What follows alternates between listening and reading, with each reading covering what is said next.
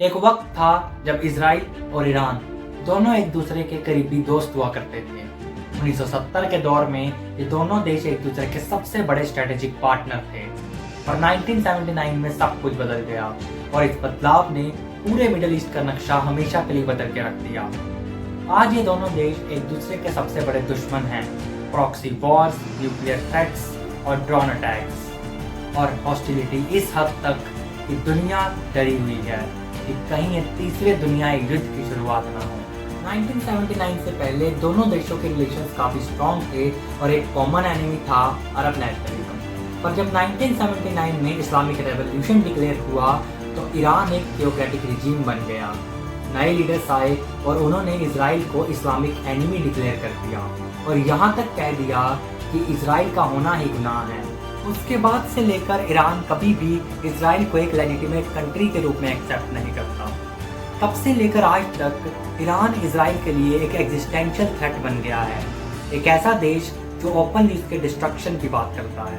Iran ने अपनी strategy बदली, सीधा अटैक नहीं, प्रॉक्सी के जरिए। हिजबुल्लाह लेबनान में, हमास और इस्लामिक जिहाद गाजा में। ईरान इन ग्रुप्स को वेपन्स, ट्रेनिंग और फंड करता था। ये ग्रुप्स बार बार इजराइल पर अटैक करते थे और इन अटैक्स के पीछे तेहरान का हाथ होता था। इजराइल भी पीछे नहीं रहा।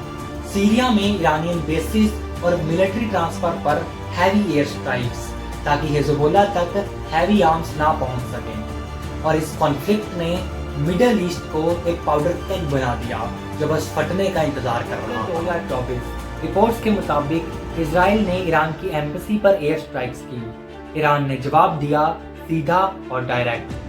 अक्टूबर 2024 ईरान ने इजराइल के ऊपर 180 बैलिस्टिक मिसाइल्स दाग दिए, और ये हिस्ट्री में पहली बार था जब ईरान ने अपना नाम खुद बताते हुए डायरेक्ट अटैक्स किए। इजराइल ने रिटेलिएट किया और ईरान की एयर डिफेंस सिस्टम और मिलिट्री बेसिस पर स्ट्राइक्स की, और ये था वो मोमेंट जब दुनिया भर ने ट्रेंड देखा #WWIII। यूएस, यूके, फ्रांस और जॉर्डन ने ईरानियन मिसाइल्स इंटरसेप्ट की और सीरिया ने कुछ इजरायली मिसाइल्स डाउन की। पूरा मिडिल ईस्ट एक वॉर जोन बन चुका था। इस पूरे कॉन्फ्लिक्ट में इंडिया का स्टांस क्लियर था, स्ट्रेटेजिक ऑटोनॉमी।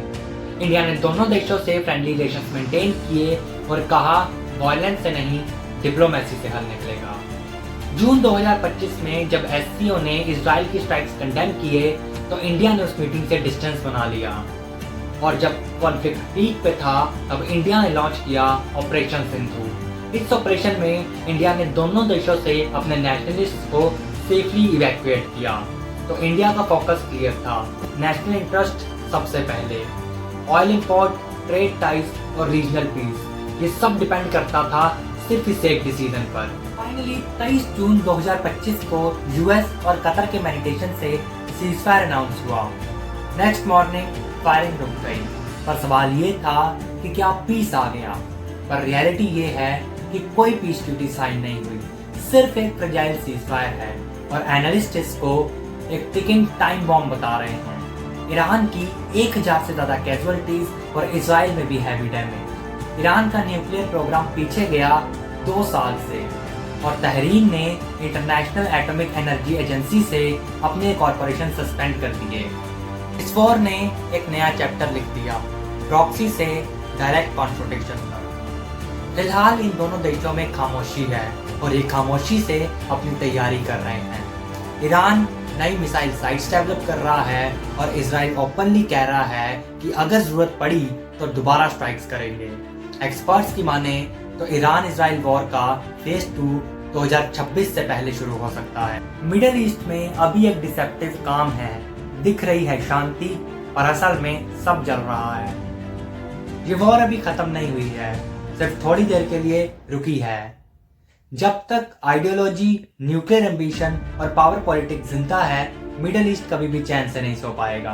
तो अब सवाल ये है कि क्या ये सीजफायर शांति का ऐलान है या दुनिया अब एक और महायुद्ध के किनारे। आप देख रहे हैं डिगिंग इंसिडेंट्स, और ये थी एक और जियोपॉलिटिकल कहानी। आपको क्या लगता है कि दुनिया वर्ल्ड वॉर 3 के किनारे खड़ी है, या ईरान और इजराइल अब दोस्त बन जाएंगे? कमेंट सेक्शन में बताएं।